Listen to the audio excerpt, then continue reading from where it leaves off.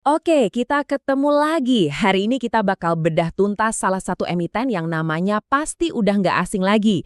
PT Global Digital Niaga, atau yang di bursa saham kodenya gampang banget diingat, beli. Nah, dari sudut pandang seorang investor, kita akan coba jawab pertanyaan besarnya. Apakah saham ini emang beneran layak buat dibeli? Ya kan? Siapa sih yang nggak kenal Blibli? Pasti banyak dari kita yang sering belanja di sana. Tapi, hari ini kita nggak akan bahas Blibli dari sisi konsumen. Kita akan pakai kacamata yang beda, kacamata investor, dan kita akan memandangnya sebagai saham dengan kode BLI. Pertanyaannya jadi menggelitik kan? Sesuai banget sama kodenya. Jadi, harus nggak sih kita beli saham ini sekarang? Nah, buat jawab itu kita harus lihat ceritanya dari dua sisi. Sisi positifnya dan tentu sisi risikonya. Yuk kita mulai. Oke, kita mulai dari yang bagus-bagusnya dulu ya. Apa sih yang bikin banyak orang optimis sama masa depan Bell? Kuncinya satu, mereka tampaknya udah nemuin jalan yang makin jelas menuju profit alias keuntungan. Coba kita intip dulu apa kata para profesional, para analis. Rata-rata mereka pasang target harga buat beli di angka Rp464 dalam setahun. Kalau kita bandingkan sama harga sekarang, ini nunjukin ada potensi upside. Jelas ini sinyal awal yang cukup positif kan? Dan optimisme itu bukan cuma harapan kosong loh, ada datanya. Lihat deh angka-angka ini. Pendapatan tumbuh belasan persen, itu oke. Tapi yang bikin saya angkat topi, laba kotornya lompat hampir 40%. Dan yang paling penting, kerugiannya berhasil dipangkas lebih dari 30%. Ini bukti kalau mesin operasional mereka makin efisien. Mereka nggak cuma ngejar pertumbuhan, tapi udah mulai nunjukin kesehatan finansial. Nah, ada satu metrik kunci lagi yang namanya take rate. Gampangnya, ini tuh komisi yang didapat Blibli dari setiap transaksi di platformnya. Angkanya naik dari 6,7% ke 8,4%. Kelihatannya kecil ya, tapi ini penting banget. Artinya, Blibli makin pintar cari cara buat menghasilkan uang dari setiap penjualan yang terjadi. Terus, apa sih jurus andalan mereka? Jawabannya adalah ekosistem omnichannel. Ini yang keren. Beli itu bukan cuma website atau aplikasi. Bayangin, kamu bisa lihat-lihat barang di aplikasi, terus ambil barangnya di toko fisik mereka. Atau kamu bisa belanja bulanan di supermarket premium, kayak Range Market, yang ternyata bagian dari mereka juga. Semuanya nyambung dan didukung jaringan logistik sendiri. Ini keunggulan yang susah banget buat ditiru kompetitor. Oke, itu tadi sisi cerah ceritanya. Tapi, seorang investor yang cerdas itu nggak cuma ngelihat yang bagus-bagus aja. Kita harus lihat sisi sebaliknya.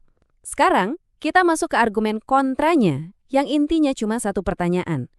Jangan-jangan harga saham BLI ini udah kemahalan?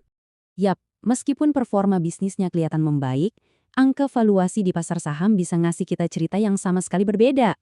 Yuk kita gali lebih dalam lagi. Nah, di sini lampu kuningnya mulai nyala. Kita lihat matriks price to book atau P/B. Sederhananya, ini ngukur seberapa mahal harga saham dibanding nilai aset bersih perusahaannya. PPB beli ada di 6,21 kali.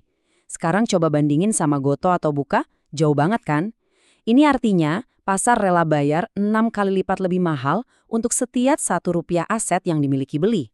Ini adalah sebuah premi yang sangat-sangat signifikan.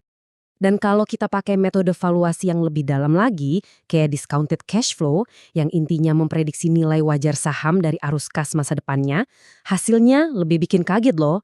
Model ini bilang kalau harga saham BLI sekarang ini bisa jadi 147% lebih mahal dari nilai wajarnya. Wow, ini angka yang perlu kita perhatikan dengan sangat serius.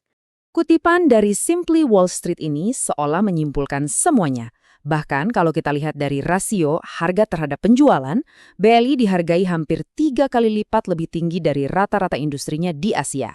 Jadi dari berbagai sudut pandang valuasi, kesimpulannya sama. BLI memang terlihat mahal. Jadi gimana dong? Kita punya dua narasi yang bertolak belakang. Di satu sisi, bisnisnya makin sehat. Di sisi lain, harganya terasa premium.